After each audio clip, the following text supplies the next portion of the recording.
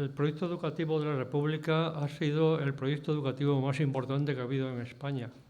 Por eso hemos elegido esta sesión, para explicarlo con cierto detenimiento. Me gustaría hacer una pequeña introducción de dónde viene el proyecto que dio origen al proyecto de la República. Esta historia podría empezar 80 años antes, más o menos, a mediados del siglo XIX, porque en la década de los 50 del siglo XIX ocurren una serie de hechos que cambian bastante la mentalidad de mucha gente. Por ejemplo, en 1848, pues al empezar el año, aparece el Manifiesto Comunista de Marx y Engels, lo que quiere decir que en ese momento ya había masas obreras organizadas. Unos meses después empieza la tercera revolución burguesa, que es la tercera y última, porque han visto que ya el movimiento obrero es muy fuerte y no pueden andar con más tonterías. En el 53-56 es la guerra de Ucrania, y en esa guerra es la primera vez que intervienen los fotógrafos. Las fotografías que se publican en la prensa causan honda impresión en la gente que lee la prensa, que es gente que tiene capacidad de decisión en Europa, y a partir de ahí se trata de prohibir que haya periodistas en las guerras. En ese contexto, el Papa declara el dogma de la Inmaculada Concepción.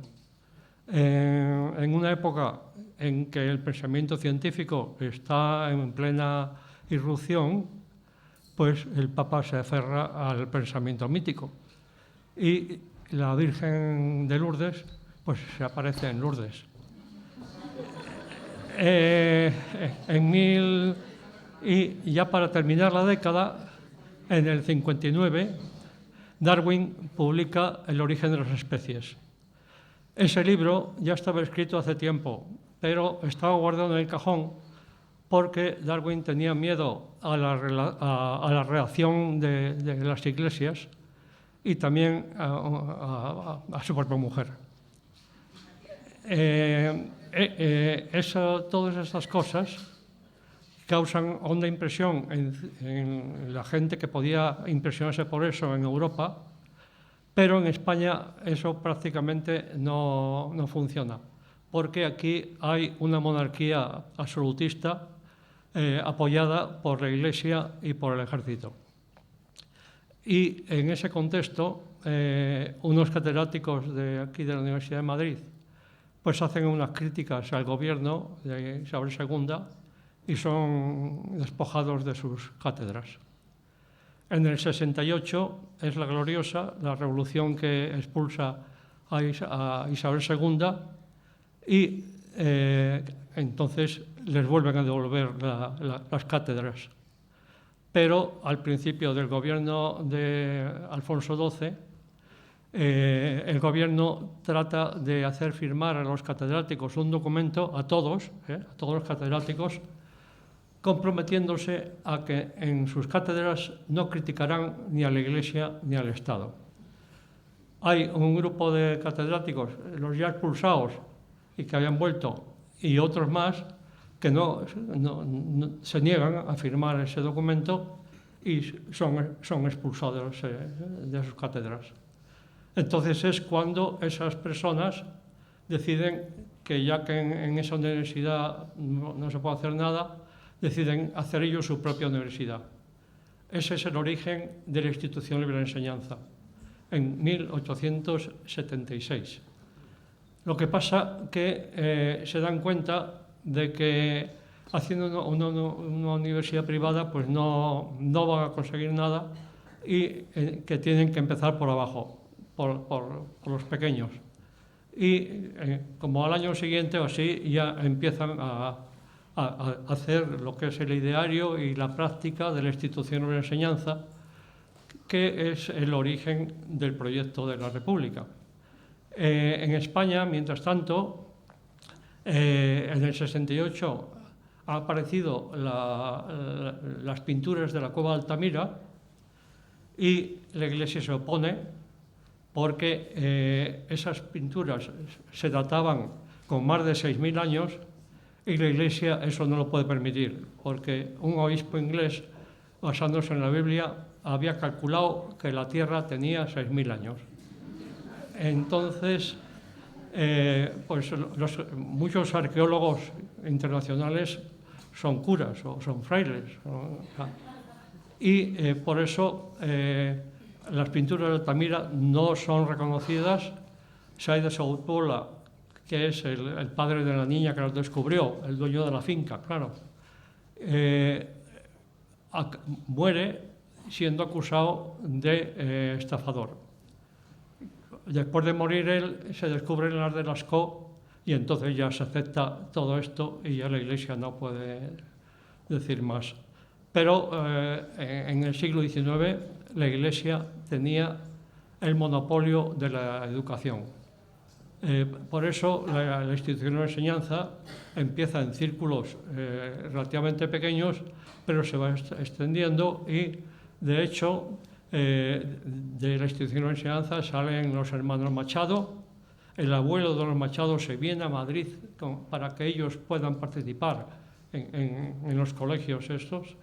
Ortega y Gasset, Unamuno, Juan Ramón Jiménez, toda esa es la herencia de la institución de enseñanza que, claro, cuando llega la República la coge porque la República pensaba que la educación era la mejor vía para tratar de poner al país en el momento que tenía que estar, ¿no? Y superando el atraso. Del proyecto de la República van a hablar estos señores que como Ángel Llorca fue un pedagogo muy importante. Ángel Llorca es el que hizo el ideario de cómo tenían que ser los colegios, y la mayor parte de los colegios que hay en Madrid de ladrillo, grandes, con grandes ventanas y estas, se hicieron en tiempo de la República. Ángel Llorca fue el que dijo cómo tenían que ser, con grandes ventanales para que los chavales pasaran el sol. Incluso en un colegio que hay al lado en un colegio público que hay al lado un poco más acá del Palacio Real, que se cumplió un aniversario y el AMPA quiso hacer el estudio del colegio, se encontraron con que en la terraza había un solario, encontraron fotos de los niños tomando el sol desnudos en el solarium, porque, claro, las viviendas de los niños, en sus casas no había sol y no eran nada sanas. Entonces, esa es la herencia que recoge la República y que van a explicarnos hoy Sergio Riesgo, doctor en Historia Contemporánea, profesor de secundaria y de universidades, la Complutense, la UNED, Carlos III, las maestras Nuria Ranz y Eva Guado, de Acción Educativa, que es una institución que nace después de Franco, y Federico Martín, que es doctor en Clásicas y en Románicas y cofundador del Colegio Trabenco, que es un colegio que se apareció en Leganés hacia los 70 y que era progresista y seguía esa escuela. Pues os dejo con ellos y seguramente que va a ser muy interesante. Gracias.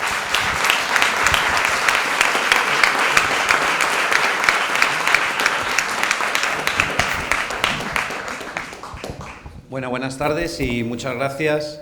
Gracias al Teatro del Barrio por la invitación y gracias a Nuria y a Eva por hacernos partícipes de esto. Y bueno, pues la verdad que es un gusto estar aquí esta tarde y encima compartir mesa con Federico Martín Nebras, es un honor. Lo que está haciendo el Teatro del Barrio en la Universidad del Barrio con esta iniciativa se enmarca en una corriente que ya se le ha puesto de alguna manera un nombre, una etiqueta, que es la de historia pública. Es decir, que la historia no se quede dentro de los estrechos límites de lo académico, sino que realmente se dé a conocer y se comparta con la sociedad. Desde luego se comparte con los libros, pero también se comparten con actos como este. Así que vamos a intentar hacer que este rato sea un rato agradable de historia pública, donde pues, verdaderamente pues, se os va sobre todo a contar el proyecto educativo de la Segunda República. Mi aportación más dirigida a... Bueno, le he estado dando vueltas un poco a las bisagras de las etapas históricas, ¿no? Casi siempre en los manuales, en los libros de texto, pues parece que se pasa de etapas de una noche, de un día para otro. Yo con frecuencia les suelo preguntar al alumnado qué piensan que pasó después de morirse Franco, y se piensan que automáticamente hubo una democracia en España, ¿no? Es decir, explicarles que entre noviembre de 1975 y 1982 pasaron muchas cosas es complicado, ¿no? Y lo mismo le pasa a la Segunda República. En este esquema que comparte el compañero Daniel Gómez Valle, un profesor que comparte mucho material en las redes, en este esquema tan básico hay una serie de lugares comunes, pero claro, hay una cosa importante. No se pasó de una dictadura a la dictadura de Primo de Rivera y al día siguiente de irse el dictador, que se fue en un tren con una considerable cirrosis o un cáncer de hígado, sino que realmente que ya al día siguiente se proclamó la Segunda República, sino que pasaron una serie de cosas por medio, ¿de acuerdo? Pasaron una serie de cosas que son muy, muy importantes y que son las que me gustaría que pusieran en contexto este proyecto educativo de la Segunda República. Fijaros sobre todo, prestarle atención al año 1930, en el que pasan una serie de cosas pues relativamente poco conocidas. Sobre todo, bueno, realmente cuando Primo de Rivera se va de España, el rey Alfonso XIII vuelve, digamos, su esperanza es volver a reinstaurar el sistema que había, que se llamaba, bueno, lo llamamos, la historia lo ha bautizado como la España de la Restauración. Es decir, volver a las mismas reglas y a las mismas normas de antes, que eran el caciquismo, que era la corrupción en las votaciones, y no abrir un proceso constituyente en un país que estaba pidiendo a gritos, estaba pidiendo democratizarse. Entonces, si miramos a esa España para adentro, pues es un momento, ya digo, bastante complicado pensar, que sobre todo gracias a las memorias de las misiones pedagógicas, sabemos que, bueno, aproximadamente, primero, 2 de cada 3 personas en España vivían del sector primario, vivían de la agricultura, de la ganadería, de la pesca, ¿no? Y que 3 de cada 4 personas eran analfabetas, pero sobre todo es que había muchísima diferencia entre el mundo rural y el mundo urbano. En las ciudades, pues viendo eso que Cossío precisamente llamaba la cultura difusa, ¿no? Pues viendo escaparates, viendo pasar coches, de alguna manera se entendía la modernidad. Pero es que en la España rural, en la España de los pueblos, no se conocían determinadas cosas. En 1895 se había inventado el cinematógrafo, pero muy poquita gente en el mundo rural conocía el cine, casi 35, 40 años después. Ahora es inimaginable que un invento no haya llegado a determinados lugares. Era una España que prácticamente además no conocía la electricidad, no tenía agua corriente, no tenía electricidad en las viviendas. Era una España que incluso no conocían los guiñoles en aquella época se llamaban los fantoches, ¿no? Era un invento de la Edad Media y en muchos sitios no sabían lo que era el guiñol. Y en otros muchos pueblos, esto lo relata muy bien Luis Bello en el viaje a las escuelas de España, muchos sitios no sabían lo que era un piano, y el piano era un invento relativamente. Podían conocer el órgano de la iglesia, pero saber lo que era un piano, que era un invento también que ya tenía unos cuantos siglos, la gente no lo conocía. Eso era la España que realmente se encuentra la Segunda República. Y luego también os pido que miréis para afuera. Si miramos para afuera, ¿qué había? Pues había que en Italia ya no había democracia. En Italia se había instaurado una democracia después de la Primera Guerra Mundial, ya no había democracia cuando llega la Segunda República. En Alemania, Hitler está a punto de llegar al poder, que llega al poder en 1933.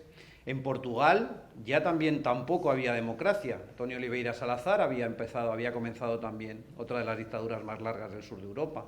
Lo mismo pasaba en Grecia, es decir, que la República no llega en un momento con el viento a favor, y además no llega a nivel internacional porque hay una crisis económica a partir de 1929 que deja las cosas en unas circunstancias muy fastidiadas.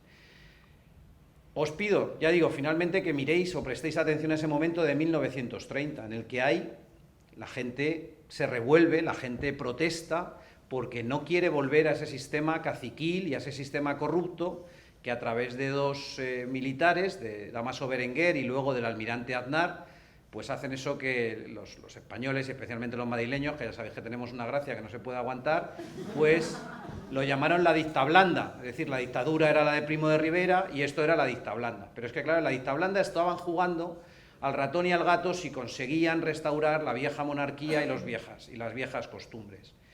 Entonces, se encontraron muchísima oposición en las calles, sobre todo en las ciudades, como estamos diciendo, ¿no? Y además se aliaron sectores muy diversos, se aliaron en las manifestaciones, las modistillas, se aliaron con los estudiantes, y eso fue fundamental para poder traer la República. En noviembre de 1930, por citar solo un par de cosas, en noviembre de 1930, en una obra, en un tajo, se cae en la calle Alonso Cano, en Chamberí, se cae un edificio que se estaba construyendo y mueren 4 obreros. Claro, cuando la Casa del Pueblo de Madrid, el órgano socialista, organiza el entierro, pues se forma también, en toda la comitiva que acompaña el entierro, no solo, aparte de esos 4 muertos que llevaban a enterrar, la policía y el ejército empiezan a dar palos a los manifestantes, a los que acompañan protestando ese entierro. Mueren 2 personas. También el director general de seguridad, que es la persona encargada realmente de si se dan o no se dan palos en las manifestaciones, ¿no? Pues era un tal Emilio Mola, por ejemplo, ¿no? 1930. Es decir, que hay personajes ahí que ya van apareciendo en nuestro imaginario colectivo. En diciembre de 1930 se intenta también instaurar la República. Se intenta con el llamado golpe, o la intentona de Fermín Galán y García Hernández en Jaca, que se anticipan unas horas porque Galán quería ser el primero en proclamar la República. Y en Madrid esa intentona fracasa, pero en toda España se organiza una huelga general inmensa. Es decir, hay varias huelgas en noviembre, en diciembre de 1930. Los historiadores, las historiadoras, vemos que se ha juzgado con mucha severidad la conflictividad en las calles en la Segunda República. Pero es que antes de la Segunda República ya había mucha conflictividad en las calles. La gente protestaba y deseaba que viniera una cosa distinta. Esa oportunidad, como sabéis, se plantea el 12 de abril de 1931, cuando, para intentar controlar los daños, lo que hace la monarquía de Alfonso XIII es convocar unas elecciones municipales. Unas elecciones municipales en las cuales, en muchísimas ciudades especialmente, porque en el campo sobre todo había menos competencia por las votaciones, ganan las candidaturas republicanas que, bueno, pues bajo diferentes signos, a través de, bueno, un centro izquierda, incluso un centro derecha, podríamos decir, los partidos obreros, pues hacen que se proclame finalmente la Segunda República.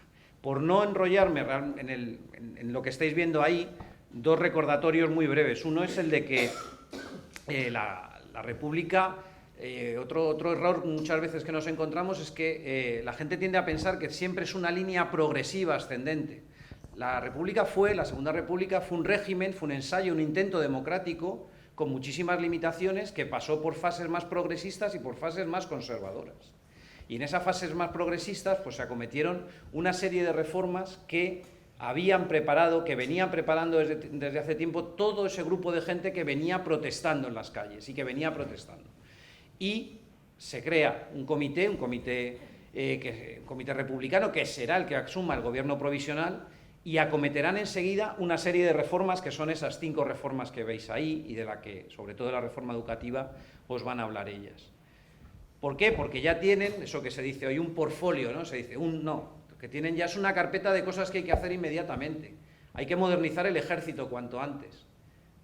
Hay que sacar, hasta el propio Franco aceptó después que la reforma de Azaña tenía muchísimos aciertos.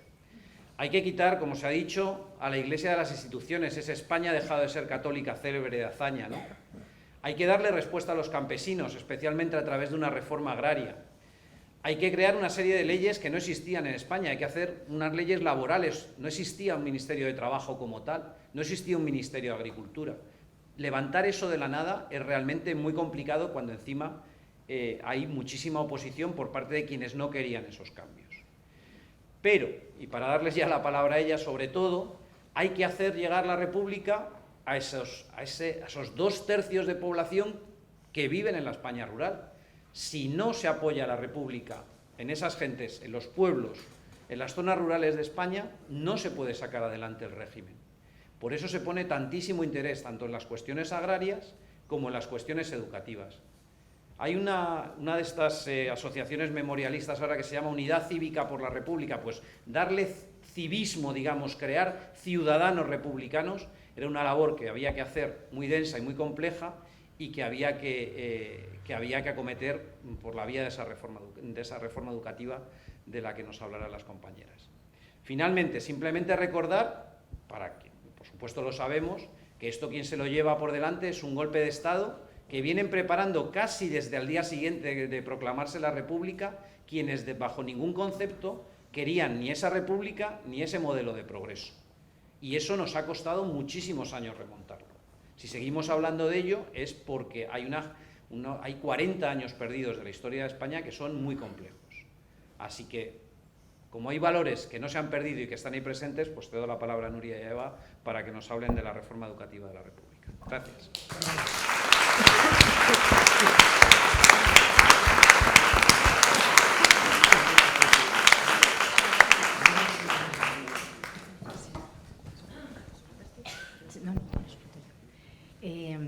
Bueno, hola. A ver, vamos a contar un poco. Sí, vamos a contar un poco cómo surgió, por qué estamos aquí hoy, Eva y yo. Somos compañeras, pero sobre todo somos amigas. Hemos trabajado muchos años en el CRA de Lozoya, un centro rural agrupado, que para mí hasta ahora ha sido mi escuela de aprendizaje en su más extenso significado de la palabra. Y allí en el 2014, trabajando allí juntas, a través de Sergio, nos enteramos que había un congreso de posguerras que, bueno, como algo novedoso, podía participar, había una mesa para infantil, educación infantil, nosotras somos de educación infantil y primaria. Y presentamos un proyecto sobre las misiones pedagógicas. Durante todo ese curso del 2014-2015 estuvimos trabajando en nuestras escuelas. Por aquel entonces Eva estaba en la Escuela de Garganta y yo en Pinilla del Valle, y desarrollamos con los niños, evocamos lo que pudiera haber sido las misiones pedagógicas que además hacía 85 años aproximadamente habían llegado allí. Después de realizar todo ese proyecto, ese curso, en verano, en la Escuela de Verano de Acción Educativa, nos enteramos que había un curso sobre el teatro de las misiones y nos apuntamos. Y ese curso nos llevó a conocer a nuestro querido Federico y, bueno, pues aquí nos encontramos los cuatro. Durante estos años, una y otra vez, los maestros y las maestras rurales de la República, de alguna manera nos ha llegado. Y, bueno, no sabemos por qué, una y otra vez, pues hay algo que nos vincula a ellos. Por eso estamos aquí, porque creemos que se quiso, que quisieron que el espíritu de la República muriera, lo quisieron enterrar, no murió, se convirtió en semillas de libertad, en realidad porque somos, y esto es un homenaje es como honrar a aquellos maestros y maestras de la República que creyeron en ese proyecto, que creyeron que la educación haría que el pueblo tomara conciencia de su poder para ejercer sus derechos, para reivindicar las libertades que no existían y para colocar a las mujeres en su sitio. Estas últimas palabras son de un documental que se titula Picorreja, que igual bueno, pues los que he hecho ahí me llegaron al alma. Bueno, y por eso estamos aquí.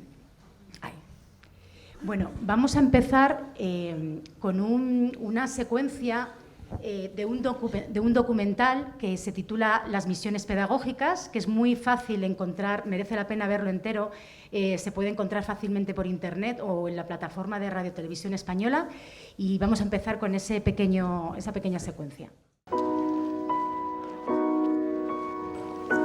Hoy estábamos dando clase de numismática y entró el portero del museo y dijo: se acaba de proclamar la República. Y salimos todos corriendo del museo y nos fuimos a la Gran Vía. Y por la Gran Vía ya bajaba una riada de gente en coches, andando, todo el mundo cantando la Marsellesa. porque nadie sabía el himno de Riego. El himno de Riego, la musiquilla, la conocíamos todo con letras que no eran las del himno. Si los curas y frailes supieran, etc. Y a nuestros acentos se los ventas mire, y a nosotros mire los hijos del ti. Y eso la marsellesa, eso lo cantamos en la radio. Poca pena y no sabiendo. Y bajaban con banderas y cantando y en coches y los tranvías con gente por fuera en los techos. Bueno, una cosa como jamás se podrá volver a repetir. El estallido popular de la proclamación de la República no se volverá a dar en la vida. Bueno, en el vídeo aparece hablando Carmen Caamaño. Carmen Caamaño fue una misionera, no es con una connotación religiosa, no tiene nada que ver. Era misionera que participó en las misiones pedagógicas. Es verdad que el nombre misiones pedagógicas, incluso en aquella época, era un término que no gustaba, pero así se llamaban, misiones, ¿no? Las misiones pedagógicas, y Carmen Caamaño fue misionera. Queríamos poner esta secuencia, bueno, un poco para constatar lo que significó la llegada de la República en aquellos días y en concreto en Madrid.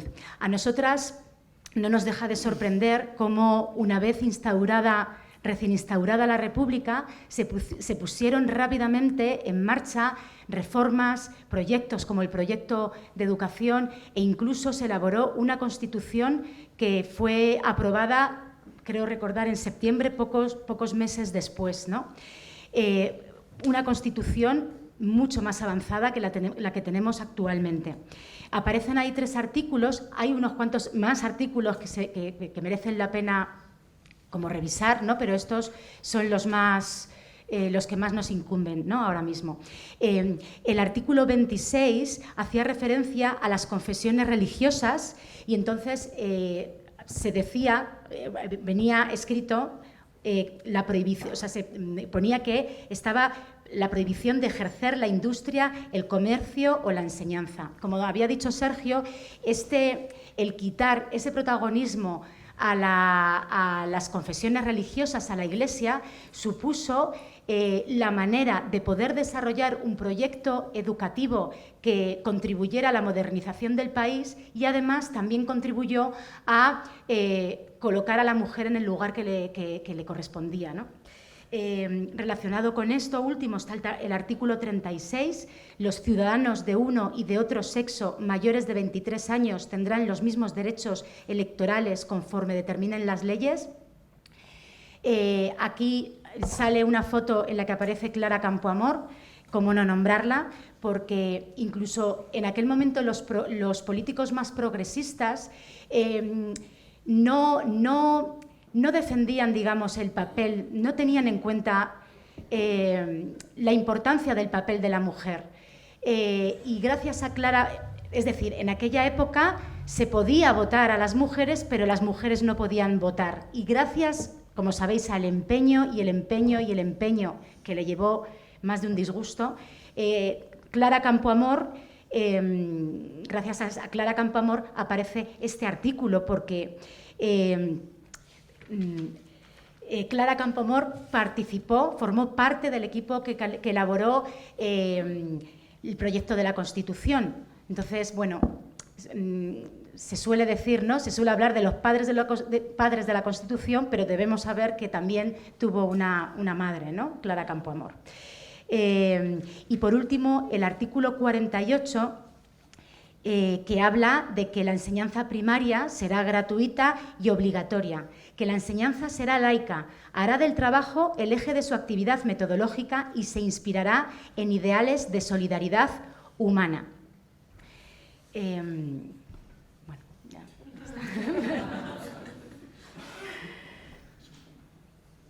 Sí, igualmente, como había dicho antes Sergio, es verdad que todo este estímulo de la República, de este ideario de República, se cuece tiempos antes con esa malestar general, ¿no? Especialmente, ¿no?, en tiempos de la dictadura de Primo de Rivera, ¿no? Hay foros como en el Ateneo, por ejemplo, donde hay debates muy apasionados, muy acalorados sobre oligarquía, sobre caciquismo, sobre el papel de la mujer, sobre las relaciones con la Iglesia, ¿no? Y quizá por eso, una vez instaurada la República, se pone en marcha todo tan deprisa, especialmente en el primer bienio que dicen, ¿no?, que es como el bienio creador por excelencia, ¿no? Bueno, en ese bienio se invierte especialmente en educación, se apuesta por invertir en educación. Suceden tres cosas especialmente. Se produce la mejora de las condiciones de los maestros, la creación de los consejos de protección escolar y la mejora de los recursos escolares. En cuanto a la dignificación de las condiciones del maestro, se les aumenta el salario un 35%. Claro, había un dicho, ¿no? Pasas más hambre que un maestro. Las condiciones eran bastante lamentables y el Gobierno de la República se preocupa en aumentar ese sueldo y también en dar una formación a los maestros, ¿no? Se promueven cursos y los estudios de magisterio empiezan a convertirse en carreras universitarias. Se crea también la creación de consejos de protección escolar, que es un organismo que se encargará de proteger y defender la educación.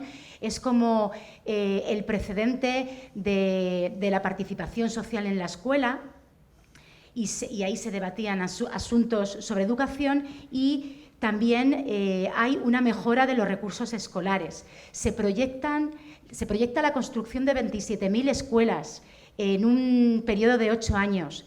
No se logra hacer, pero sí que se crean, sí que se construyen, bueno, ahí nos vinimos arriba y hemos puesto 16.000 escuelas, no, fueron en torno a unas 9.000, no tengo el número exacto, pero sí que se llegan a crear en ese bienio, en esos 2 primeros años, 9.000 escuelas.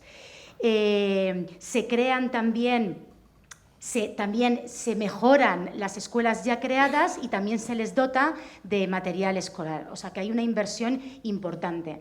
Se crearon cerca de 4.500 bibliotecas escolares y se registraron 2.196.000 lecturas, 1.405.000 registradas de niños y 790.000 alrededor de 790.000 de adultos. Y para dignificar la profesión de maestro, pues donde tenían que basarse era en la formación. Si os dais cuenta, el primer punto, los consejos de primera enseñanza son los que diseñan esos planes de estudio para que salieran maestros y maestras formados para las escuelas. Y el decreto sobre la reforma de las escuelas normales eran donde iban a estudiar magisterio, se fundamentó sobre todo en esos 6 puntos que aparecen ahí. Fijaros, primero está la fusión de las escuelas normales. De 91 escuelas normales que había, pasaron a 54 y el motivo fue fundamentalmente la coeducación. O sea, ellos pensaron que maestros y maestras tenían que empezar a estudiar juntos. Otro punto era la nivelación académica, porque tenían que exigir el título de bachiller para poder acceder, cosa que antes tampoco se les pedía. Como tercer punto, el sueldo base, que lo acaba de comentar Nuria. La carrera tenía que durar 3 años, seguida con una reválida, más un año completo de prácticas que ya estaba remunerado. Y luego consiguieron hacer que el sueldo base llegara a 4.000 pesetas. El cuarto punto, el carácter profesional de las asignaturas, porque se diseñaron que las asignaturas tuvieran fundamentos filosóficos, pedagógicos, sociales. Incluso empezó a diseñarse la especialización de la enseñanza. Aparece por primera vez lo de los párvulos. Son nombres que ahora nos van a chocar porque El tema de la integración ha evolucionado en cuanto a estos términos, pero claro, hablar en aquella época sobre párvulos, sordomudos, retrasados, superdotados, escuela rural, era bastante novedoso. El quinto punto, los centros de colaboración pedagógica surgieron para que los maestros pudieran reunirse, son los que hasta hace unos años teníamos nosotros aquí en Madrid como centros de profesores. Y bueno, se crearon para que los maestros se reunieran y las maestras y debatieran sus problemas. El sexto punto, bueno, las revistas educativas, hay un montón de artículos y de publicaciones que los maestros hacían con sus experiencias. Las excursiones y las visitas culturales. A través de las pensiones de la Diputación Provincial, muchos maestros y muchas maestras pudieron viajar al extranjero para conocer las experiencias educativas que ya se estaban empezando a desarrollar en Europa. Para poder acceder estaban los cursillos de selección profesional, que son como ahora nuestras oposiciones, o lo que se les formaba para que pudieran presentarse a ellas. Y por último, pues los foros, que en la presentación el compañero que lo ha hecho hablaba de la Institución Libre de Enseñanza, los Ateneos Libertarios y la Residencia de Estudiantes. Todo esto, fijaos qué complejo para que los maestros y las maestras del futuro, de ese futuro, pudieran estar perfectamente formados. Vamos a poner un pequeño vídeo de Bartolomé Cosío, que ahora vamos a hablar de él. Fue el director del Patronato de Misiones Pedagógicas y es un agradecimiento a los maestros y las maestras. Además, curiosamente, nosotras somos de Bustar Viejo y este vídeo está grabado en la misión pedagógica que se hizo en Bustar Viejo. Por vuestro entusiasmo juvenil, por vuestra elegancia espiritual, por vuestra ejemplar constancia, por vuestra generosidad inolvidable. Vamos a hablar del proyecto de educación, por una parte, a través de testimonios que dejó escrito Enriqueta Castellanos Pereda, que fue una maestra rural y que también trabajó en grupos escolares. Y también se va a hablar de otro proyecto dentro de esa reforma de educación, que fue el Patronato de las Misiones Pedagógicas, que haremos una puntualización, alguna aclaración, porque Federico luego se va a extender más en las misiones pedagógicas. Bueno, en la foto, las tres fotos son bastante llamativas, ¿no? Abajo veis un grupo de mujeres, algunas muy jóvenes, con sus hijos. Eso fue una foto tomada en una de las misiones pedagógicas que se hizo en la Puebla del Rincón, entonces llamada Puebla de la Mujer Muerta. Hay testimonios de misioneros que fueron allí y que se quedaron bastante impresionados. Esto sucedía, o sea, por una parte había un descubrimiento del mundo rural que desde la ciudad no se conocía, pero a veces se encontraban con aldeas y pueblos donde estaban todavía anclados en la época medieval y donde se veía mucha miseria, ¿no? La Puebla del Rincón era un pueblo que llamó la atención. Y al lado hay un grupo de misioneros, de maestros voluntarios, que fueron a la misión de Sanabria. Fue otro pueblo que también causó bastante sorpresa en cuanto a las condiciones de las gentes, ¿no? De la escuela, de los niños, ¿no? Las condiciones miserables. Están en un momento de descanso y se están bañando en el lago de Sanabria.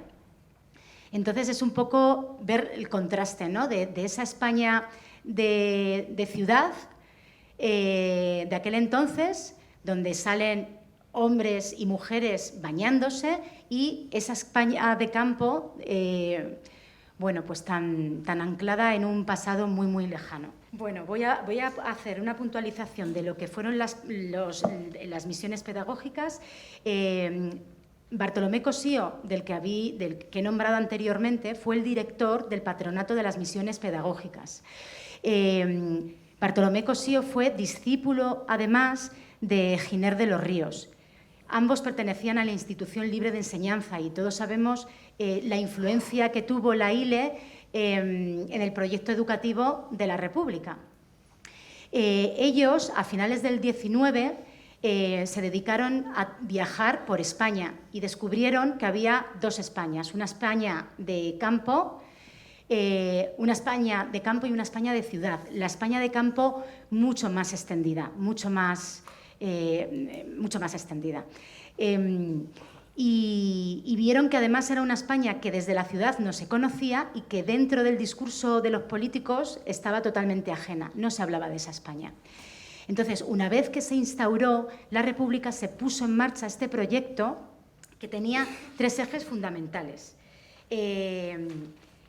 Llevar el aliento de la cultura a las aldeas y a los pueblos más apartados de la geografía española, es decir, coger toda esa cultura de las ciudades y trasladarla a los pueblos, así como empaparse también de la cultura de los pueblos. De campo era como un intercambio cultural de ciudad a campo y de campo a ciudad, estaba creado para eso. También orientar pedagógicamente y apoyar a esos maestros y maestras rurales que estaban tan apartados y pues esa educación ciudadana, como es una escuela de padres, para concienciar a la gente de los derechos como ciudadanos de la República que tenían. Había escuelas de padres donde se hablaba de higiene, etcétera, etcétera. Nada, comentar por qué vamos a hablar sobre Enriqueta Castellanos. Hace pues unos meses nos llegó un documento, que no sé si está justo, se pasaba aquí, ¿no? Sí. Vale. En el que cuando Enriqueta Castellanos Pereda y Pablo de Andrés Cobos estaban trabajando, se conocieron trabajando en la Escuela Rural de la Granja en Segovia, luego se fueron a Barcelona y cuando quisieron volver de Barcelona a Madrid, tuvieron que presentar unas memorias en las que explicaban qué creían que ellos habían conseguido en estos años y cuáles habían sido las dificultades. Entonces, leyendo este documento de Enriqueta Castellanos, nos damos cuenta que es un documento muy sencillo, pero que párrafo por párrafo está relatando, sin quererlo, todos los principios pedagógicos del proyecto educativo de la Segunda República. Entonces, entre que queremos poner voz a estos maestros que se la quitaron y que nosotras continuamente en nuestro día a día queremos darles homenaje, vamos a utilizar las palabras de Enriqueta Castellanos para explicaros cuál fue el proyecto educativo de la Segunda República.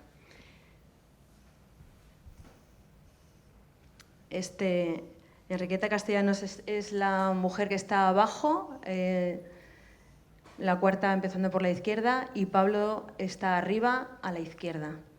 Y esa es una foto tomada en Barcelona, justo en el momento en el que os digo que pertenecen las palabras de este documento. Os vamos a leer un fragmentito de cómo una maestra llega a un pueblo y qué es lo que se encuentra. La sepulvedana me dejó en el apeadero cerca de la carretera del Valle. Allí me esperaba un aldeano con un burro. El pueblo volvía la espalda al llano para mirar al monte. Subir hasta él nos llevó toda la tarde. Me dejó en la plaza y llamó al alcalde. Niños y mujeres empezaron a rodearme a cierta distancia, mirándome con sus grandes ojos. La escuela estaba en la ladera alta, al final del pueblo. Me dejaron allí y me dieron las llaves. Mi casita era una alcoba que comunicaba con la sala de la escuela. Tenía todo lo que necesitaba, cama y arca, un hogar con chimenea. Bueno, Enriqueta decía esto precisamente, la preocupación principal de toda maestra debe ser la de hacer de su escuela un hogar. Y esto era la primera cosa que hacían las maestras cuando entraban en su aula, habilitar el espacio. Justa Freire, en un artículo que escribió en Cuadernos de Pedagogía, habla precisamente esto, sobre cuidar los primeros detalles. Las niñas descalzas van entrando y santiguándose delante de mí. Abandonadas a su rutina, comienzan tristemente a cantar la tabla de multiplicar y el catecismo. Comenzamos pegando piadosamente los brazos rotos de aquel Cristo de talla puesto en la pared. Fuimos limpiando cosa por cosa, las paredes, las manchas de las mesas, el suelo. Descolgamos los carteles roídos. Mis pañuelos de la mano sirvieron de pañitos para los tiestos. La primavera que llenó de flores y de pájaros el valle nos dio las primeras violetas para decorar la escuela. Con la escuela ordenada y limpia, con flores y pájaros, no podíamos estar tristes ni las niñas ni yo. Cuando me sentí responsable dentro de mi escuela, procuré, ante todo, conquistar el cariño de las niñas para lo que no les escatimé el mío, haciéndoles ver en mí no la maestra que riñe y siempre está seria, sino la amiga más segura, dispuesta a escuchar en todo momento y a responder a toda pregunta. Y cuando conseguí la confianza de las chiquillas y les hice olvidar el movimiento instintivo de cubrirse la cara si alguna vez levantaba la mano al pasar junto a ellas, tan acostumbradas estaban a los cachetes, sentí cierto contento que aumentó al comprobar el que las niñas experimentaban cuando estaban conmigo. Como bien dice Bartolomé Cosío y ha comentado Nuria respecto a las misiones pedagógicas, todo el trabajo que se hacía en la escuela rural no era para imponer las cosas que se hacían en las ciudades, sino que querían partir de toda la cultura popular que ellos ya tenían. Este texto es de Pablo de Andrés. Y yo aprendí a respetar y amar la singularidad del aldeano, construida por siglos de aislamiento, desconfianza y menosprecio a sus tareas. El señorito posterga la ruda y brutal labor que da origen al cereal que almuerza o al lomo del que se alimenta, olvidando que precisamente esa necesaria labor del campo y del animal es lo que hace del campesino un hombre fiel y honesto, porque solo se puede ser así para lograr que la cosecha madure y el ganado sobreviva. Excursionismo, también de Enriqueta Castellanos. Salíamos de paseo, los jueves por la tarde. Eran estos días verdaderas fiestas para las chiquillas, poco o nada acostumbradas a que la maestra organizara sus juegos y tomara parte en ellos. Celebraban con gran regocijo el hallazgo de alguna piedra interesante o cualquier mariposa o insecto que sirviera para la colección. Y cuánto más provechosa era cualquier lección dada un día de paseo que 10 hechas en la escuela. Cuántos temas de conversación teníamos para días sucesivos. Giner de los Ríos fue uno de los pioneros de la educación ambiental cuando inició el senderismo educativo por el medio natural. Y precisamente fue en la Sierra de Guadarrama donde comenzó a impulsar ese excursionismo como una manera de formar a las personas. La biblioteca. Dice Enriqueta. En estos paseos siempre nos acompañaba un libro. Cuando la tierra era niña, poesías de Machado, Gabriel y Galán, cómo lloraban si leíamos La muerte de Platero. Esta afición por la lectura me hizo pensar en la necesidad de la biblioteca. Ellas, que casi exclusivamente habían leído las torturadoras lecciones de memoria. Pero ¿cómo adquirir libros? Compré unos y añadí otros míos. Hicieron un pequeño catálogo, nombraron bibliotecaria y muy modestamente comenzó a funcionar la biblioteca. Quedé contenta con los resultados, pues observé que no solo leían las pequeñas, sino que la mayor parte de las veces el libro era leído por toda la familia. Llegué a reunir 180 ejemplares. La salud y la cantina. Otra de mis primeras preocupaciones, dada la pobreza del pueblo, fue el funcionamiento de la cantina escolar. Pero si para el de la biblioteca encontré grandes obstáculos económicos, ni qué decir tiene que infinitamente mayores fueron los que hallé para la cantina. Sin embargo, ante la necesidad de lograrla, trabajé sin descanso y la conseguí, teniendo la alegría de poder dar comida sana y abundante a aquellos pequeños para los que el comer en la cantina era asistir a un banquete, constituyendo esta la única comida seria que hacían en todo el día. En esta foto que antes ha hecho referencia, ¿no?, del Solarium, es una foto que está tomada en el Centro Escolar Cervantes, que está en la glorieta de Cuatro Caminos, que sigue en pie, que es un edificio muy bonito. Fue un centro experimental y un hogar de los niños de la barriada. Aparece nuestra querida Justa Freire, que la ha nombrado antes Eva, aparece en el comedor escolar. y la otra foto es del solarium. Los centros escolares de la República fueron más allá del concepto de aula e incorporaron piscinas, solarium, enfermeras, comedores gratuitos para los alumnos de las familias los alumnos de las familias más pobres, y también había un sistema de reparto de ropa. Si había algo revolucionario con el proyecto educativo era la mirada hacia el niño y la participación del alumnado en muchas de las actividades del día a día, y entre ellas casi la que más sorprende es la autogestión de la cooperativa. Lo que más gustaba a las niñas y lo que con mayor cariño y entusiasmo atendían era la sociedad infantil. 40 niñas del 3er grado comenzaron pagando una cuota semanal de 10 céntimos. Con los fondos recaudados pudimos hacer la primera excursión. Fuimos a Segovia, capital que muchas niñas no conocían a pesar de la proximidad, 11 kilómetros, dándose el caso de niñas que subían por primera vez en autobús. La emoción de aquellas chiquillas en su primera excursión es cosa que no olvidaré. Qué lindo trabajo hicieron algunos después.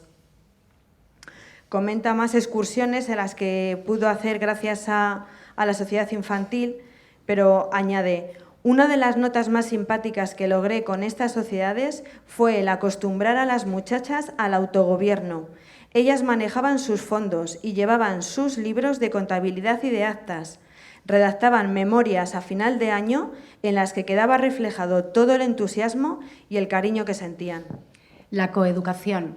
Decía María Salvo, una mujer que vivió el 14 de abril, que lo decisivo de aquel 14 de abril de 1931 no fue ese mar de banderas, voces, cantos y entusiasmo que inundó el mundo de los adultos. El principio de la Segunda República Española fue ese día que maestros y maestras retiraron el tabique de madera que separaba a los niños de las niñas en las aulas y salieron todos juntos a la terraza de juegos por primera vez. En vez de asignaturas, a Justa Freire le gustaba llamarlo motivos de actividad. Y si algo tiene importancia en estos motivos de actividad eran todos los talleres manipulativos que empezaron, y físicos, como estamos viendo ahí en las fotos, que empezaron a desarrollar con los niños.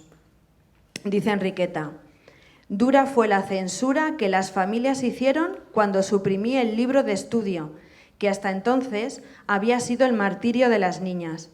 Lo mismo pasó cuando empecé a enseñarles cantos regionales, llegando a decirme públicamente en tono de acusación que enseñaba cantos callejeros en la escuela en lugar de dar lección de memoria. Lo mismo ocurrió sobre los trabajos manuales y el dibujo.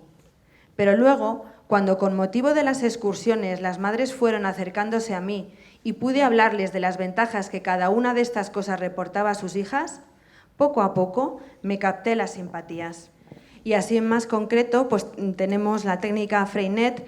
De los libros que hemos traído, hay 2 en concreto que son unos maestros de las Urdes que desarrollaron el proyecto de la técnica Freinet, y el de El maestro del mar, en el que vimos el teatro, han hecho hace poco un teatro sobre este libro preciosísimo. Y bueno, pues cómo maestros de España pudieron llevar a cabo estos proyectos y los trajeron aquí. Y bueno, con esto pues ya no solamente está la imprenta, la publicación de libritos, las conferencias, las tertulias, el trabajo cooperativo, el texto libre, son términos que nosotras como maestras vemos que están ahora, son famosos, digamos, es lo que está ahora como más en relevancia, como proyectos innovadores, y sin embargo todas estas cosas surgen de aquí. Integración. Voy a leer un relato descriptivo desde la memoria familiar de Sara Valdivieso Bermejo y Judith Cáceres Iglesias. Dice: en Cuéllar había un niño discapacitado. En Cuéllar en esa época, del 23 al 31. Entonces allí había un niño discapacitado. Lo típico, que los demás corrían detrás de él, se reían de él, le tiraban piedras. Entonces mi padre habló con los padres del niño y les dijo que él creía que era bueno que le llevaran a la escuela, porque seguramente él no llegaría a aprender a leer y a escribir. O a lo mejor sí, pero en principio no era esa la idea. Pero sí que él iba a enseñar a los otros niños a respetarle. Él fue a la escuela y los niños aprendieron a convivir con él. Entonces eso, claro, ahora es lo que es la integración. Eso sí que fue una cosa muy sorprendente y muy novedosa, que además no se limitó solo a la escuela, sino que eso se expandiría a la comunidad, al pueblo. Debió ser sonado, ese respeto al diferente y al débil. Bueno, si queréis leemos juntos este texto en el que cuenta cómo finalmente acabaron Enriqueta Castellanos y Pablo de Andrés Cobos, como ellos, a pesar de que ya se fueron de la granja, seguían veraneando en la granja. Precisamente allí les sorprendió el golpe militar y a Pablo pues, le cogieron y comenzó un periplo por las cárceles franquistas que le llevaría a la prisión vieja de Segovia. Ahí aparecen todas por las que pasó. Finalmente fue sometido a un expediente de depuración como Enriqueta y los dos fueron apartados de la carrera del magisterio. Fíjate lo que ocurre en la escuela. Retiran de un plumazo a todos aquellos maestros, pero como necesitan maestros porque hay niños, ¿qué hacen? Se inventan acreditaciones. No es difícil imaginar lo que esto significó para los auténticos maestros, para los maestros con mayúsculas. El único mérito que tenían los otros maestros era que a lo mejor eran de la Falange o que habían estado en su propio bando en ese momento, nada más. El cambio que sufrió la escuela tuvo que ser brutal. ¿Cómo no va a haber un retroceso en la enseñanza en los años siguientes?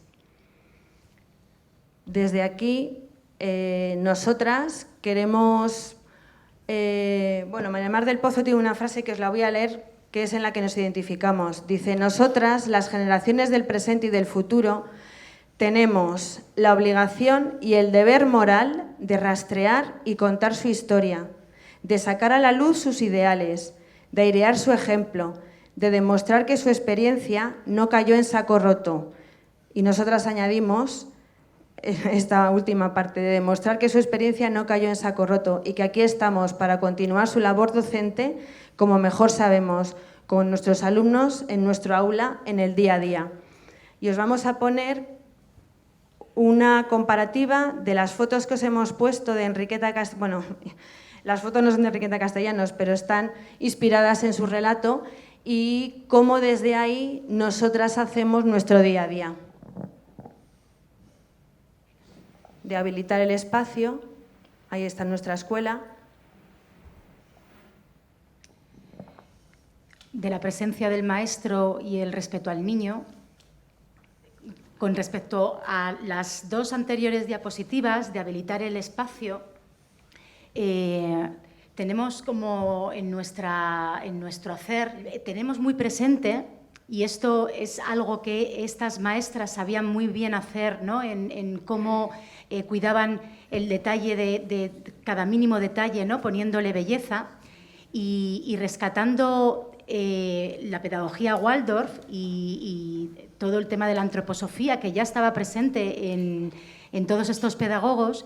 Tenemos muy presentes que nuestra misión, sobre todo en la en primaria, ¿no? En infantil y primaria, de los 0 a los 14 años, es enseñarle a nuestros alumnos y a nuestras alumnas que el mundo es bello. En cuanto lo otro era la presencia, ¿no? La importancia de la presencia. También tenemos ellos estaban muy preocupados en ofrecer presencia a sus alumnos y a sus alumnas, ¿no? Y bueno, pues un poco tenemos también presente, ¿no? En esta labor nuestra, que observaremos, confiaremos, ofreceremos presencia y equilibrio, seremos conscientes del juicio, de las expectativas, acogeremos, tomaremos la necesaria distancia emocional, comunicaremos desde el respeto, proveeremos, preveremos, cuidaremos y nos cuidaremos y compartiremos y coordinaremos en equipo. La presencia tiene que ver con el respeto. Cuando atendemos y entendemos a nuestros alumnos, les estamos mostrando respeto.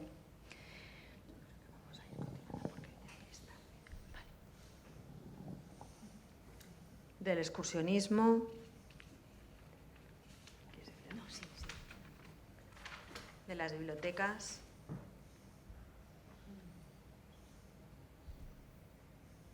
de la salud y la cantina,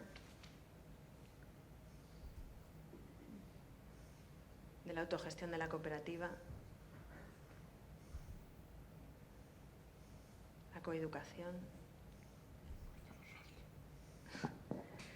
de los motivos de actividad y los talleres manipulativos,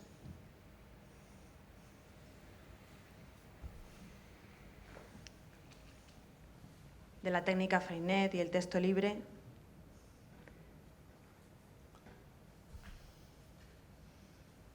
De la integración. Y bueno, aquí vamos a dejar a Federico, que estás ahí, y muchos en esta foto están entre nosotros muchos de ellos. Cómo las misiones pedagógicas siguen estando presentes. ¿Quieres hablar ya sobre ello?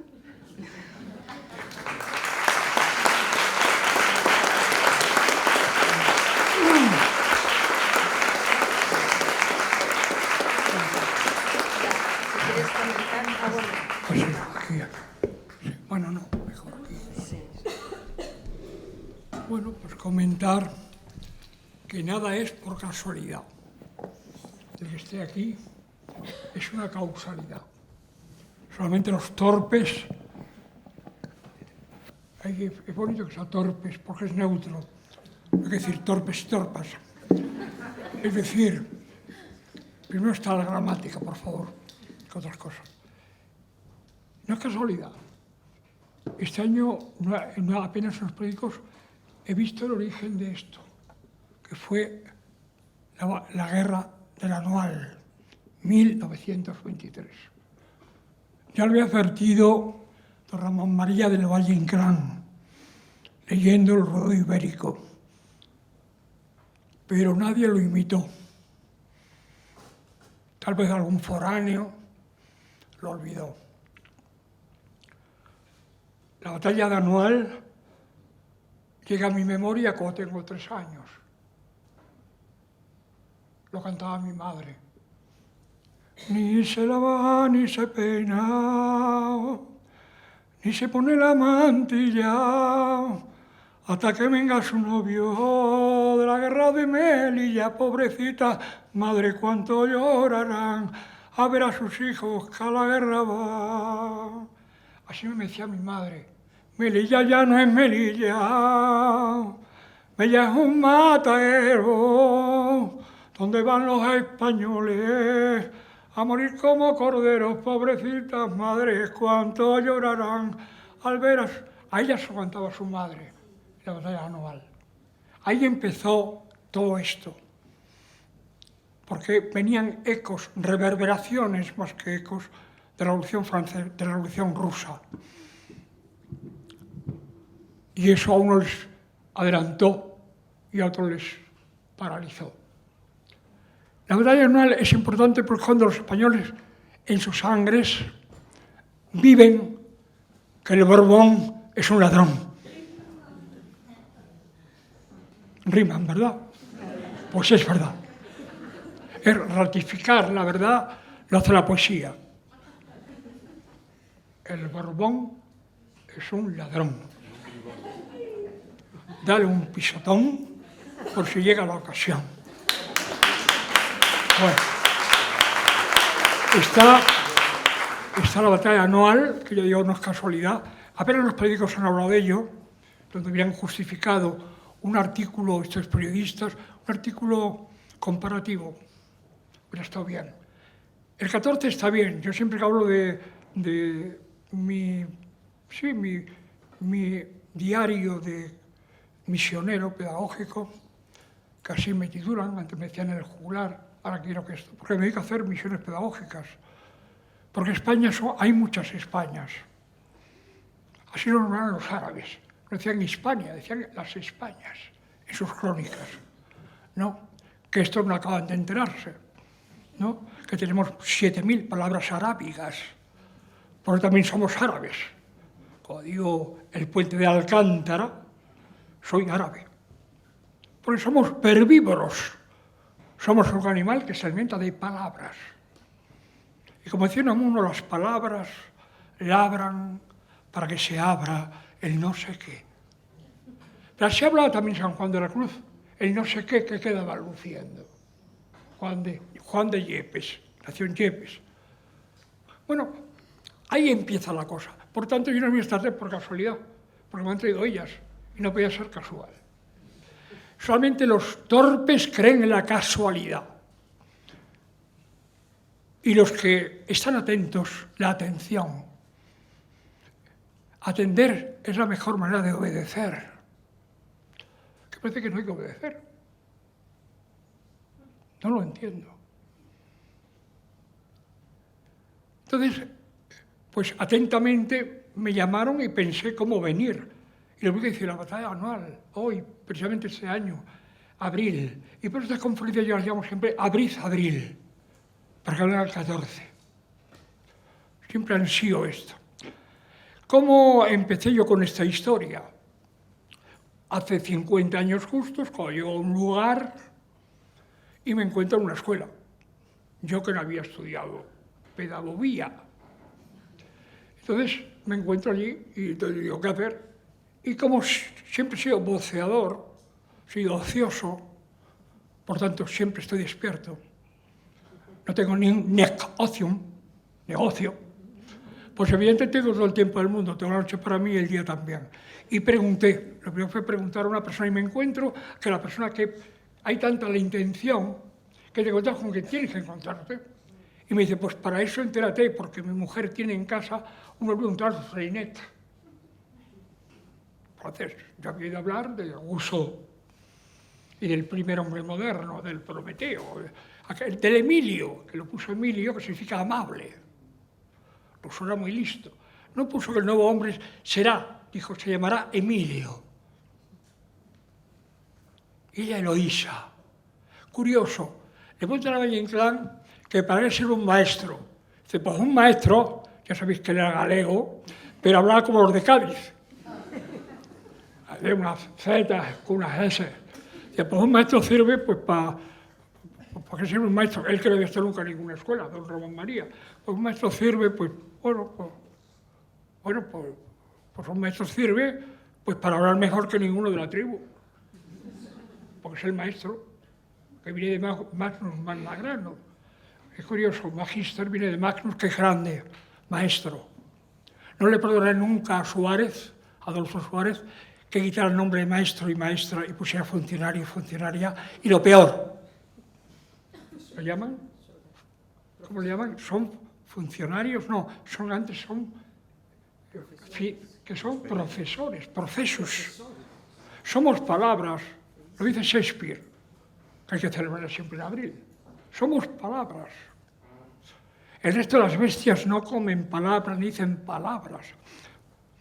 A respetar a los animales, pero todo el día con perros. Poner un nombre a un perro. Se llama Guau. O perro, porque son onomatopéyicos. Los demás son burguesías asquerosas y pervertidas. Están pervertidos, mis vecinos están pervertidos todos con los perros. Que hablen con los niños, que se acerquen, que bajen a un niño 7 veces a orinar al jardín. ¿Con qué humor bajarían? ¿Cómo irían al jardín? Luego ellos se parecen entre sí, el perro y la dueña y el perro. Hay un mimetismo cruel de un abrazamiento estúpido y pernicioso. Eso no quiere decir que haya una granja escuela en la escuela, que haya aves, porque cantamos, porque oímos cantar a las aves. Yo no, mis primeros yoes. Lo que se repite. Entonces, estas son verdaderas barbaridades, cosas que son bastante sensibles. La persona que yo más amo se llama Bartolomé Cosío. Ese es mi tío maestro. A mí los otros no me gustaban porque eran un poco religiosos. Eran más frailunos que otra cosa. Entonces, era un hombre laico, de una belleza singular, pues tiene un alma hermosa y por eso tener un cuerpo hermoso. Decían los griegos que lo primero que un hombre tenía que ser era kalos, hermoso, y después agazos, bueno. No bueno y agazos, eso que el hombre, cuanto más feo, más hermoso, eso es mentira. Eso es una cosa de bárbaros, del norte o del sur, pero bárbaros. Entonces, lo que voy a decir con esto es mi entrada a aquella escuela. Leo a Freinet, busco, hay que buscar, y me encuentro con 4 personas que hicimos ACIES, Asociación de la Imprenta Escolar. Éramos 4, 3 de la pública y 1 de la privada. Y nos reuníamos en una calle, ahí en la calle Cartagena, y allí fuimos a Portugal a comprar imprentas. Yo acababa de llegar al Trabenco, fui llevando, y era curioso porque lo que yo leía por la noche lo explicaba luego a mis colegas a la mediodía, que tenemos una hora de trabajo. Había una falsa historia que era cobrar a los niños, que nos pagaban muy poco, tardaban en pagarlos, que los chicos pagaran las permanencias. Era una pequeña cantidad. Entonces, lo que hicimos en Trabenco, lo primero fue quitar aquella hora pagada. El año 73, enero, una mañana de niebla. Entonces, empezamos a reunirnos y a comentar esos libros. Y me hice, por tanto, frenético. Además, me entero que es del Partido Comunista Francés. Me entero además que es surrealista, que ha dejado de trabajar en los cenáculos bretonianos, era surrealista, y que va a ir a la escuela, porque no, deja la fábrica y se va a una escuela, porque él no puede trabajar físicamente, y se va a la escuela, y lleva las técnicas, el texto libre, el cadáver exquisito, todo lo que la gente después hace. Y crea localmente una escuela que habla, lee y escribe. Desde el principio, desde el primer instante el niño habla, lee y escribe. Es decir, traduce el mundo. Nombrar es resucitar. Parecía que se habían muerto. No, lo decía el otro día en ese encuentro de Mario Lodi.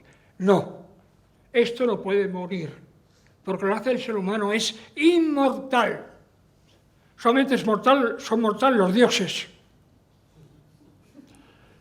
El ser humano es inmortal, porque hoy hemos resucitado una vez más a 4, a 6, a 8 o a 10. Los que merecen ser nombrados. Haced. Lo más hermoso es esto, las manos. Hay que enamorarse de las manos. La única parte inteligente de nuestro cuerpo tiene una M aquí y te lo advierte. Te tienes que morir. Aquí hay una letra escrita. No hay ninguna otra letra en el cuerpo. Es la M, la muerte. Y aquí abajo hay una S, muerte segura. Eres homínido. Eres homínido. Sabes que te vas a morir. Y como sé que me voy a morir, por eso hablo, por eso leo y por eso escribo. Estamos en un mes de 2 genios. ¿Quién eres? Palabras, palabras y palabras. Soy las palabras que sé de memoria. Dice Marina Walsh, esa poeta comunista argentina, solamente vivo tranquila si al lado tengo un diccionario. Dice Marina Walsh. Que no solamente la Walsh era veía otra vez un brejito de loco. Lo bonito es el absurdo que crea, no la tontería externa y manifiesta. Entonces, estos serían, digamos, los comienzos que yo voy viendo. Y llegan 3 libros, que es la gramática de la fantasía, que es El país cerrado, de Mario Lodi, y llega El oficio de maestro, de Alfieri. Y yo, aparentemente, como era muy dado a la poesía, me interesó mucho la gramática. Y me interesó mucho también, lógicamente, Mario Lodi, que un maestro que escribe, que tiene un diario. ¿Quién tiene un diario hoy de escuela? En mi seminario los hijos. Hoy día, que tengo que tener un cuaderno y tengo que escribir, hablar, leer y escribir. ¿Por qué maestro escribe hoy en un cuaderno? Tenemos un premio que se llama Pesempere en Pizpirigaña. Los maestros no escriben. Hacen muchas cosas, pero no escriben. Y no escribir es no reflexionar. Hablo para pensar. ¿Por qué esa silla de pensar, un individuo allí ahorcado, un niño ahorcado, la silla de pensar, allí ahorcado, los demás juegan y hablan. El niño, cuando está en silencio, está muerto. Resulta hablando. Y aquel muerto está matando entre todos, encima le hacen chistes. Y dicen las maestras, algunas llamadas renovadoras, que eso lo hacía de pensar. Si un niño no piensa sino cuando habla, mientras habla, que un niño no recuerda si no lee, y una mujer no reflexiona si no escribe. ¿Qué es lo que tiene que hacer la escuela? Y la maestra es el primer ejemplo, tiene que escribir. Tiene que haber un taller de escritura, el rincón de la poesía que hacía Felier, los rincones de la poesía y de la crítica. Entonces, pero a mí me interesó mucho, como era mi tendencia a lo poético y a perderme, hago dos cosas. Una, meterme en el Partido Comunista para reflexionar, ver un niño caprichoso y poético. Dos, ver el oficio de maestro de Alfieri. Y es el libro que más me gusta de todos. Yo le nombro siempre por nadie me dice, pero Federico, ese libro, no, quieren juegos, no quieren esto. Y fue lo que hizo esta gente. Esta gente lo que hizo fue dignificar a los trabajadores de la enseñanza y fue una revolución terriblemente económica. Eso me interesó con los puntos que habéis dicho vosotros. Y luego me interesó mucho esto y lo otro. Pero luego me pregunté, hija, aquí no había nadie. Es decir, es que en España no había nadie. Yo que había pasado de Rousseau, de Emilio, a estas técnicas que me interesaban mucho y que yo hacía que mis chicos tuvieran talleres y que estuvieran allí presentes. Es esto de aquel hija. Son unas pastillas que me tengo que tomar obligadamente. Pero no porque me vaya a morir ni esté mal, es que he tenido una caída terrible, pensando que tenía 17 años y me he caído en un río y casi me ahogo hace 4 días. Sí, ya. Yo voy a terminar, voy a ir terminando poco a poco, voy a llevarlo más. Dos.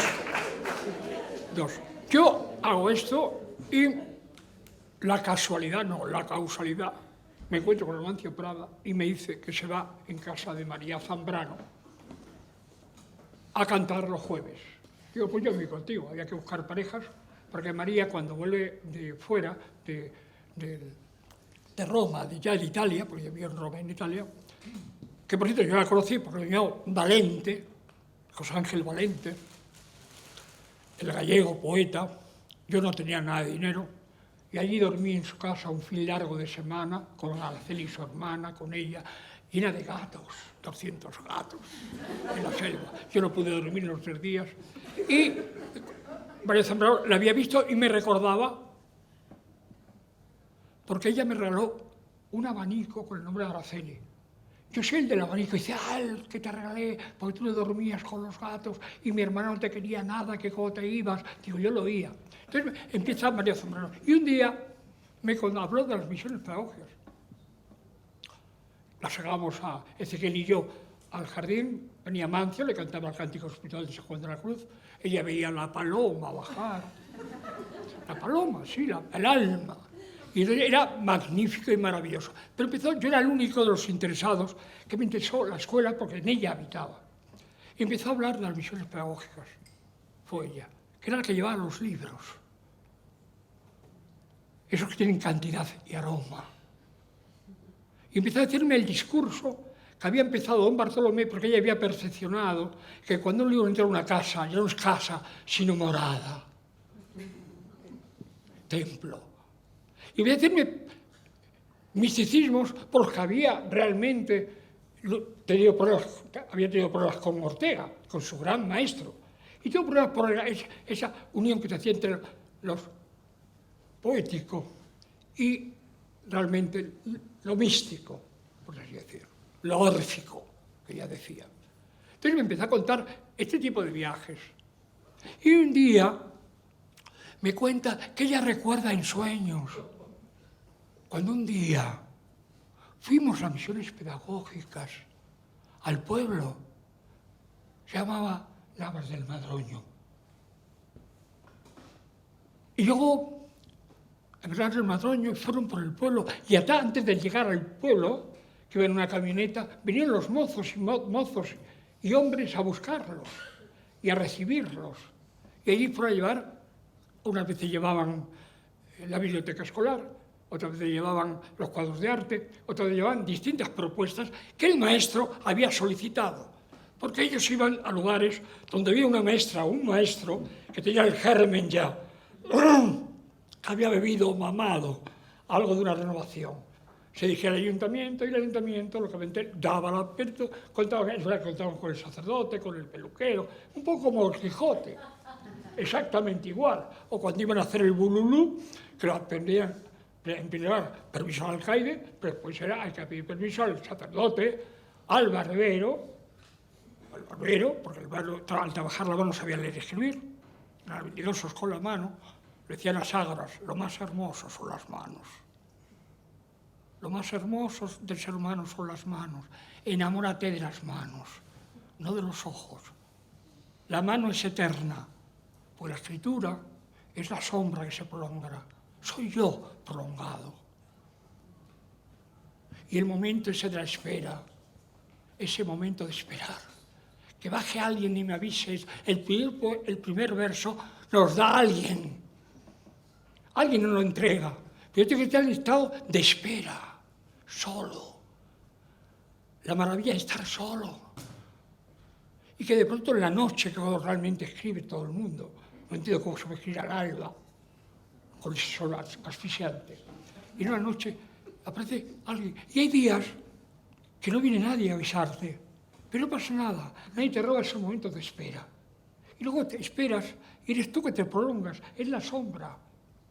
Ahí ve algo más terrible, que te pisa en la sombra, pero qué mala sombra tienes. Es más malo que mi sombra, que la sombra no sé quién, la sombra.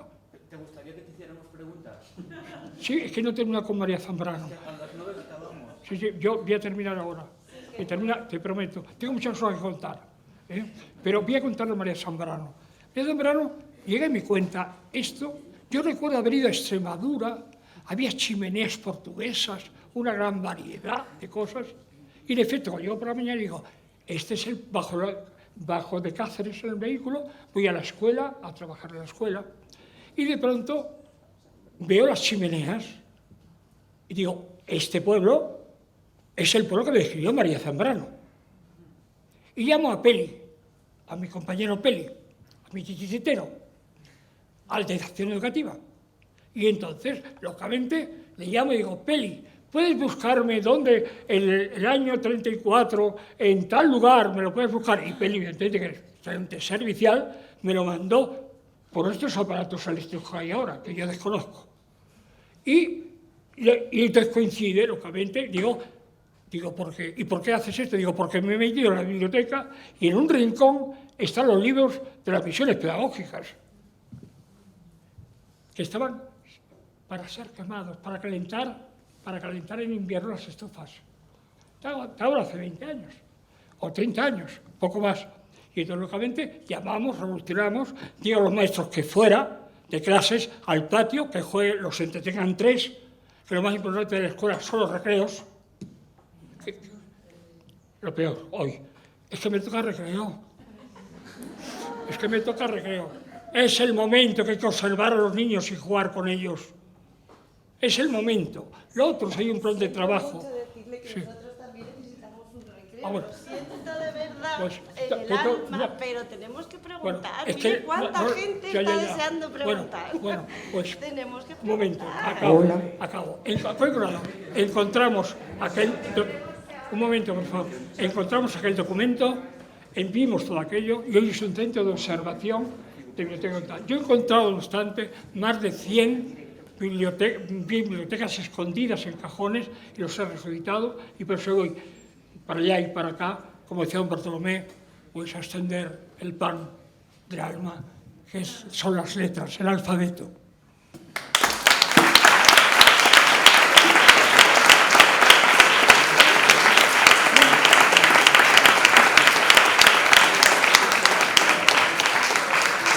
No obstante, os diré que al final cantaré una canción para vosotros.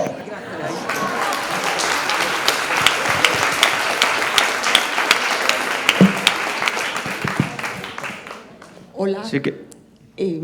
Bueno, vamos a ir pasando dentro del tiempo que tengamos, pero como tengo el micrófono, yo quería hacer una pregunta. Muchas gracias por la charla y las aportaciones magníficas. Muchas gracias, maestro.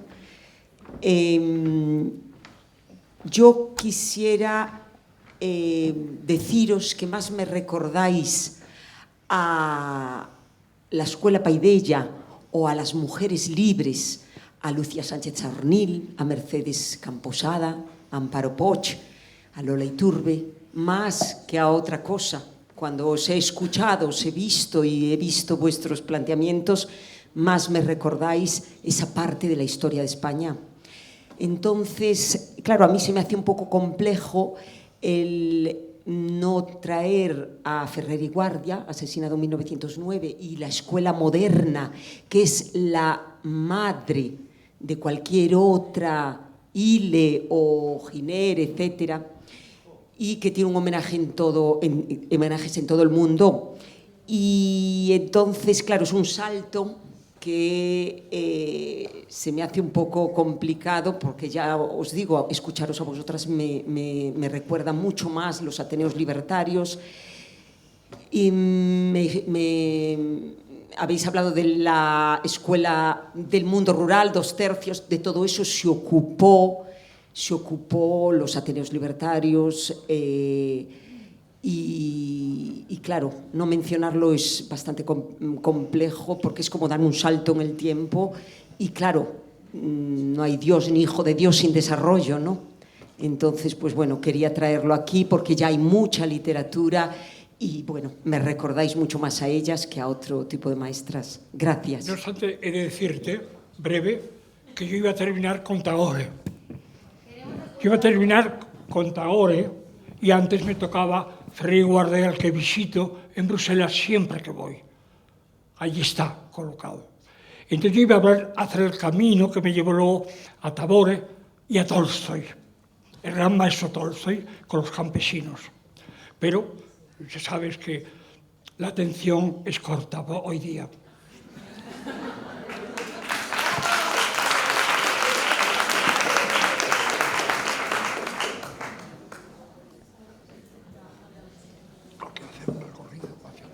En cualquier caso, sí que respecto a la educación libertaria, que yo no voy ahora a entrar en eso, pero sí que me gusta mucho como historiador la idea de que Francisco Ferrer y Guardia es la primera persona que se fusila en la historia de España como autor intelectual, es decir, se le acusa como autor intelectual de haber metido las ideas libertarias en la escuela, ¿no? Es decir, hay que buscar una cabeza de turco, que se dice popularmente, y Ferrer y Guardia es quien representa eso. Es curioso, Sergio, que empiece con él y la Inquisición acabe con un maestro de Tarragona. La Inquisición, el último es un maestro de Tarragona. Entonces digo que es curioso, un maestro y esto. Siempre está lleno de palomas aquello.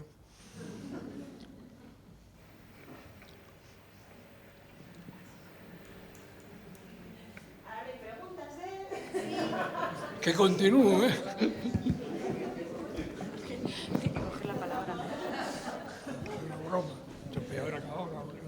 Buenas tardes. Soy José Antonio García. Cuando yo era maestro, después de la pésima formación que había recibido en las escuelas normales de aquella época, tuve el feliz encuentro con Federico y otras personas como Federico en las asambleas que hacíamos, me parece que eran los martes, ¿no? Todos los martes, cuando nos pusimos en pie de guerra los maestros contra la administración, reivindicando la importancia de nuestro trabajo. Bien, eso como preámbulo. Y entonces conocí a Federico y a otras personas que estaban en su mismo entorno y me asomé por el Colegio Trabenco, que Federico fue uno de los principales promotores en unos locales comerciales en el barrio de Zarzaquemada de Leganés. Estoy hablando de hace 50 años.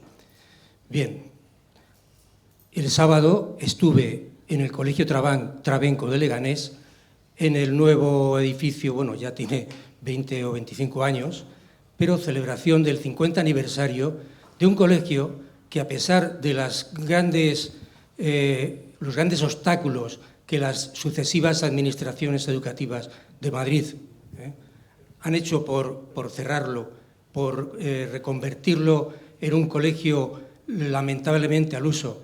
Yo a vosotras os admiro también porque habéis dado ejemplo de cómo se puede en este piélago oscuro navegar y salir y llegar al puerto con los niños.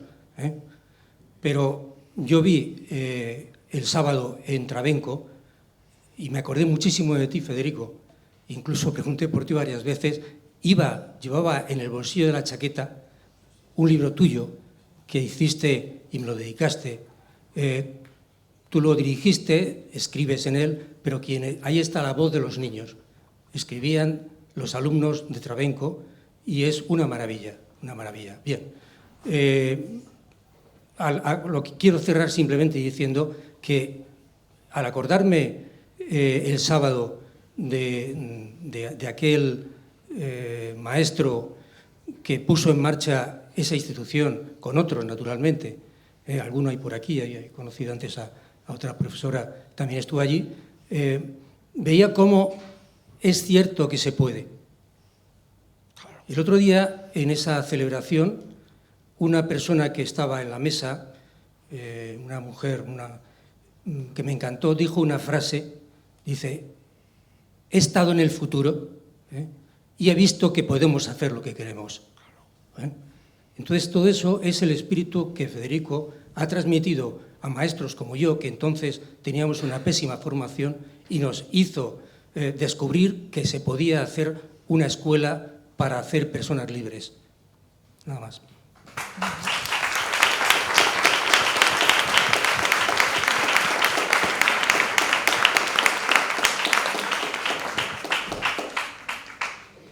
Esto es un regalo que le quiero hacer a Sergio, que sé que ha mirado mucho las tierras de Extremadura, las ha habitado muy bien habitadas, ¿no? Y son su patria, de alguna manera. Soy muy amigo del director del Centro de Profesores de Jaraíz de la Vera, donde celebramos en mayo el Día de la Poesía. Le digo que viene a Jaraíz dentro de unos días. Para ti.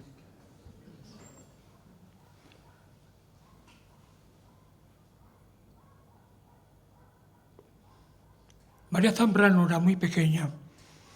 Era hija de Blas Zambrano, andaluz, profesor de matemáticas en la Escuela Normal, muy amigo de Antonio Machado.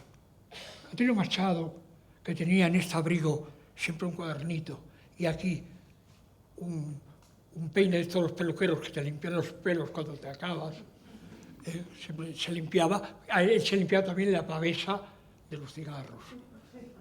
Cuando llegó la República, a él le sorprendió. María Zambrano decía cosas maravillosas de aquel día. Aquello que dice esta mujer, el rumor que aquel día había. Me llevaba el rumor de las gentes. Me llevaban en volandas, yo tan pequeñita, me llevaban en volandas, pero no me llevaban ellos, me llevaba el rumor, la algazara que allí había. Decía, la luz nueva que allí se avecinaba. Decía María Zambrano. Pues María Zambrano, aquel día, cuando se levantaban la bandera, fue a ver a su padre y Antonio Machado sacó un papel, ese poema que encontró también al final, aquellos días de la infancia, sacó, que había escrito junto a la Eresma, lo había olido, lo había escrito a las 7 de la mañana y la República viene más tarde. Y oía, la primavera ha venido del brazo de un capitán, cantad niñas en corro, que viva Fermín Galán, la primavera ha venido y don Alfonso se va, los ciguardas de las torres quisieran verlo embarcar. La primavera ha venido, nadie sabe cómo ha sido. Es que nos enseñaron en la escuela ese parado suelto, pero realmente es todo el poema que escribió Machado. Y ya, para ti, la canción de Extremadura.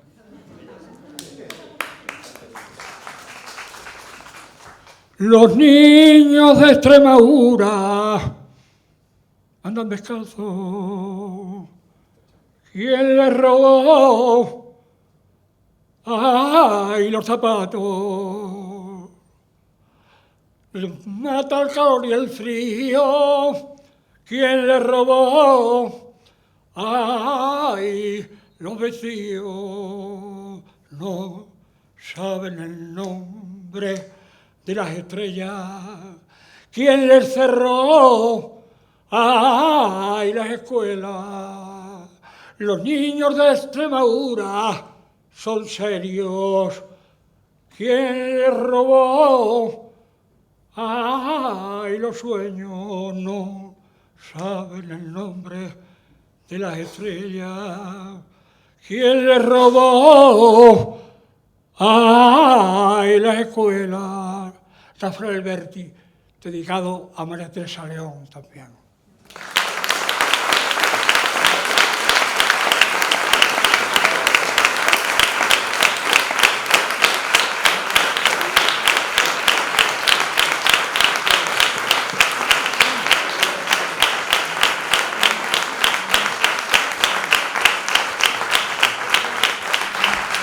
Me gusta deciros una cosa nada más. Jimena Menéndez Pidal fue la que presentó a Rabindranath Tagore en Madrid. Tenía 21 años, era maestra. Fue Jimena, por eso mi hija la mayor se llama Jimena, por ella.